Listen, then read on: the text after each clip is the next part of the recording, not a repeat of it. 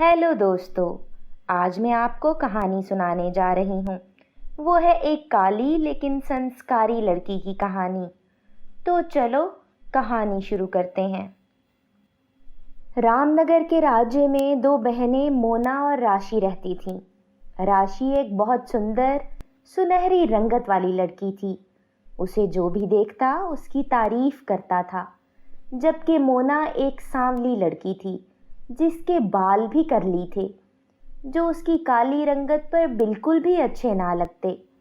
उनके माता पिता किशन और पूजा भी अपनी बड़ी बेटी राशि से ही प्यार जताते थे और राशि की हर बात भी पूरी करते, परंतु मोना को ढंग से भोजन भी खाने को ना दिया जाता। मोना अपने माता पिता को राशि से प्यार करते और उसके लाड उठाते देखती तो अशांत हो जाती और मन में सोचती, काश मैं भी राशि दीदी की तरह सुंदर होती तो आज माता पिता मुझे राशि दीदी की तरह प्यार देते और मेरी भी इच्छाएं पूरी करते। वह मोना अपने जहन से ये बात निकाल देती, परंतु उसकी बहन राशि उसे बहुत तंग करती और सारा काम मोना से करवाती। किशन और पूजा दूसरे गांव गए हुए थे और जाने से पहले पूरा घर साफ करने की समस्या रानी और मोना को देकर गए। उनके जाने के बाद राशि ने मोना से कहा, ओए काली नागिन, इधर आ और आकर मेरे सर में तेल लगाकर बाल बना दे। माँ चली गई है, वरना तेरे काले हाथ अपने सर को ना लगवाती। दीदी, मैं आपके सर में तेल लगा तो दूं, परंतु उसके लिए आपको नीचे बैठना पड़ेगा, क्योंकि मेरे हाथ आपके सर तक नहीं पहुंच सकते। अब एक काली कलोटी, तेरी इतनी हिम्मत, तुम मुझे नीचे बैठने को कहे? शक्ल देखी है अपनी तूने? मैं तेरे कदमों में बैठूंगी। राशि गुस्से से उठकर मोना को थप्पड़ मार देती है। मोना रोने लगती है, परंतु राशि को कोई फर्क नहीं पड़ता। वो उसे एक और थप्पड़ मारकर कहती है, चल मनहूस, मेरे सामने रोना बंद कर। एक तो शक्ल ऐसी है, ऊपर से रोते हुए कितनी भयानक लगती है। ऐसे ही मूड खराब कर दिया। मैं कमरे में आराम करने जा रही हूँ, मुझे डिस्टर्ब ना करना और मेरे उठने से पहले सारा घर धोकर साफ कर देना। अगर जरा सा भी मुझे गंद नजर आया तो तेरी खैर नहीं। वह राशि अपने कमरे में जाकर सो जाती है और मोना रोते रोते उठकर घर की सफाई करने लगती है। राशि को सोए अभी थोड़ी ही देर गुजरती है कि फोन की घंटी बजने लगती है। राशि गुस्से से उठती तो तब तक फोन बजना बंद हो जाता है। मोना, ओ मोना, काली डायन, कहाँ मर गई तू? तुझे सुनाई नहीं देता क्या? कब से आवाजें दे रही हूँ? जी दीदी, वो मैं किचन में बर्तन धो रही थी। क्या हुआ? आप इतने जोर जोर से क्यों बोल रही हो? कुछ चाहिए तो बताओ, मैं ला देती हूँ। अबे काली चुड़ैल, मुझे तेरे काले हाथों से कुछ नहीं लेकर खाना। तुझे मैंने ये बताने के लिए बुलाया कि अब अगर कोई फोन आया तो बात कर लेना, मेरी नींद खराब ना करना। अब जाओ, जाकर अपना काम करो। ठीक है दीदी, आप सो जाओ, मैं फ़ोन सुन लूँगी। फिर मोना सारा काम करके अपने माता पिता का वेट करने लगती है। माँ और पिताजी आ नहीं रहे, इतना समय हो गया, पता नहीं क्यों इतनी देर कर दी। पहले तो कभी इतनी देर नहीं की। ऐ ऊपर वाले, मेरे माता पिता की रक्षा करना। कुछ देर और गुजरती है तो राशि भी उठकर आ जाती है और पूजा और किशन भी घर वापस आ जाते हैं। पिताजी, आप आ गए। मेरे लिए क्या लेकर आए हैं? जल्दी से बताएं, मुझसे वेट नहीं हो रहा। मेरी प्यारी बेटी, धीरज रखो, सब कुछ दिखाता हूँ। पिताजी, आपको पता है ये काली डायन ने मुझसे सारा काम करवाया और मेरी किसी काम में भी हेल्प नहीं की। वह सारा घर मुझे अकेली को ही साफ करना पड़ा और खाना भी मैंने अकेली ने ही बनाया। राशि की बात सुनकर पूजा को बहुत गुस्सा आता है और वो गुस्से में मोना को थप्पड़ मारती है और कहती है, हड हराम बेशरम, बहन के साथ काम क्यों नहीं करवाया? तू किसी परिस्तान की परी है जो किसी काम को हाथ नहीं लगाया? नहीं नहीं माँ, मैंने घर भी साफ किया और खाना भी बनाया। राशि दीदी तो सो रही थी, ये सब कुछ मैंने किया।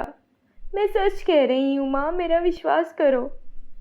माँ ये झूठ बोल रही है। तुझे पता है ना, ये मेरी सुंदरता से जेलस होती है और चाहती है कि तुम दोनों मुझे छोड़कर उससे प्यार करो। हाँ हाँ मेरी बेटी, मैं सब समझती हूँ, तू चिंता मत कर। तेरी जगह ये कलमूही नहीं ले सकती।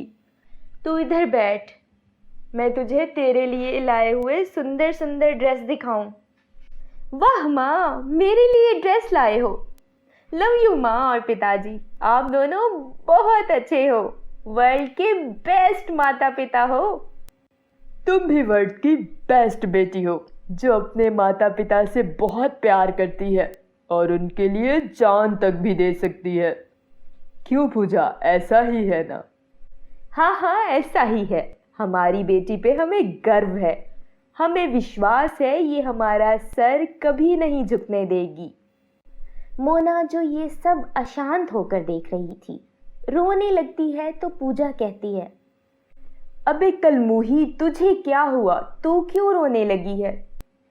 माँ, क्या मैं तुम्हारी बेटी नहीं हूँ?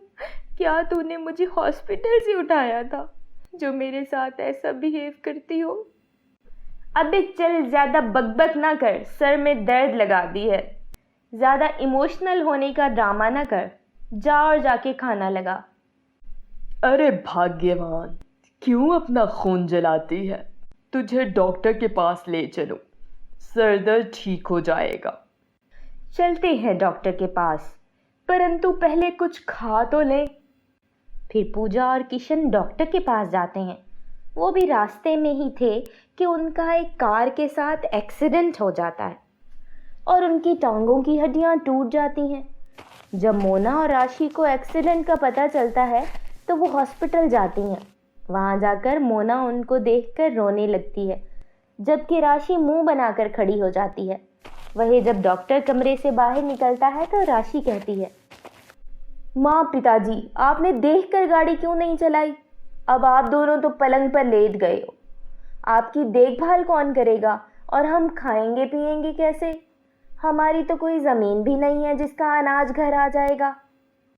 राशि, मेरी प्यारी बेटी, हमने कोई जानबूझकर एक्सीडेंट थोड़ी करवाया है।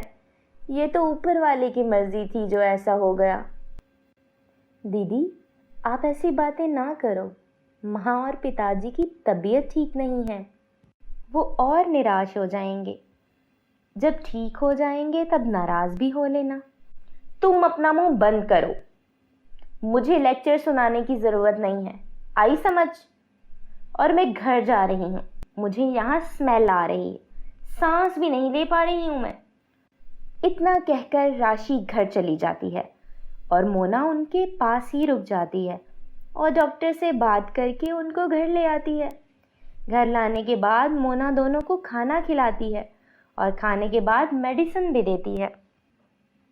अगले दिन राशि जब अपने कमरे से बाहर निकलती है तो किशन और पूजा के कमरे में जाती है।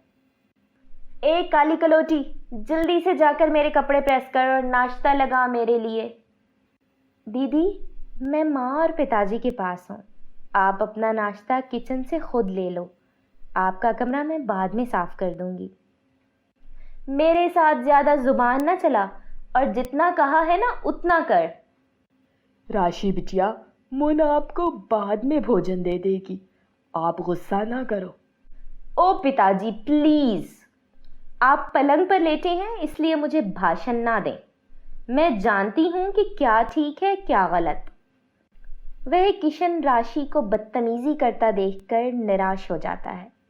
ऐसे ही राशि हर रोज़ अपने माता पिता से भी बदतमीजी करती और मोना को भी बुरा भला कहती, परंतु मोना अपने माता पिता का बहुत ख्याल रखती और वक्त पर खाना और मेडिसिन देती। अब किशन और पूजा को अभ्यास हो चुका था कि वो मोना के काले रंग के कारण उससे बहुत बुरा कर चुके हैं। 6 माह बाद जब वो दोनों ठीक हो जाते हैं, वह मोना से बहुत प्यार करने लगते हैं। और उससे अपनी अब तक की सारी गलतियों की क्षमा कर लेते हैं। तो दोस्तों, कैसी लगी हमारी आज की कहानी? अगर कहानी अच्छी लगी हो तो इसे लाइक कर दें और चैनल को सब्सक्राइब कर दें ताकि आप अच्छी अच्छी कहानियाँ सुन सकें। धन्यवाद।